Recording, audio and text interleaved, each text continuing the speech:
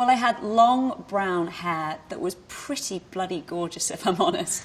It looked great. It was long, blonde. I went every 3 weeks to the salon to have it conditioned and colored, highlighted. I was religious with my hair. I had this waist-length mane of crazy, wavy hair. And I used to think it was my biggest asset. Now looking back, I think that I hid behind my hair a lot more than I realized. I've always loved my hair. I've had a good relationship with my hair.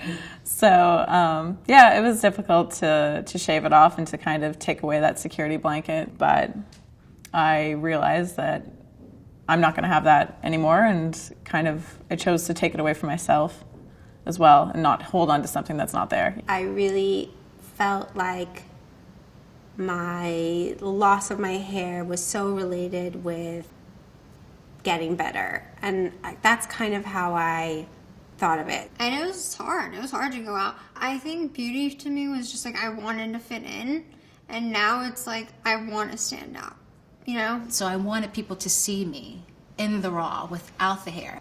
It wasn't until the end of last year where I could finally put back on a wig, and it felt really liberating as well because there was some resemblance of the girl who I was before, and it wasn't a negative thing. I wasn't upset losing my hair because I'm one of those people who I go to the hair cuttery and I look through the magazines and I'm like, oh, I like that haircut. So I've had my hair short, I've had my hair long. And before I started losing my hair, one of the nurses suggested I go get a wig that looks like my hairstyle and my color before it falls out. And I just have to wear a hat or a scarf with it so I can look like myself. I wore a wig immediately after I shaved my hair off. That seemed like the natural progression. I don't wear wigs anymore, but my wig was fantastic for those first 3 months. It really got me over a tough period where I didn't want to be without hair. And I slowly started transitioning to finding my own style. I realized that for someone as young as me, the wig wasn't really working. I remember sitting with my friend, my other friend, and I took my wig off and he was like, oh my God, you're beautiful and you never should put a wig on again. No one had ever said that to me that I can recall. To me, beauty and femininity isn't just about putting your best features forward, but it's about embracing your flaws and accepting who you are, all of who you are. The bald, the thick-haired, the pale, the tan, the whatever. I think especially more so now, without having hair, I notice more than just hair. I notice beautiful features on somebody's face. Somebody might have beautiful eyes or big full lips or great cheekbones, and everybody has a special feature. And when you don't have hair, you can really figure out what that feature is. It's made me appreciate the fun of makeup and beauty, and also the importance of it, that it's not just fun, it has a real value.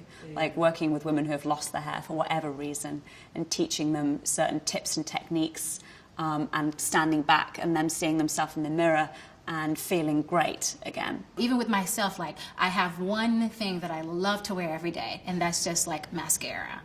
And it sort of just brings things back to its natural state of just the simplicity of what it is. It doesn't take me to have a lot to be beautiful. Beauty is actually about the person and what's inside of them and what their message is. That's actually what is the most beautiful.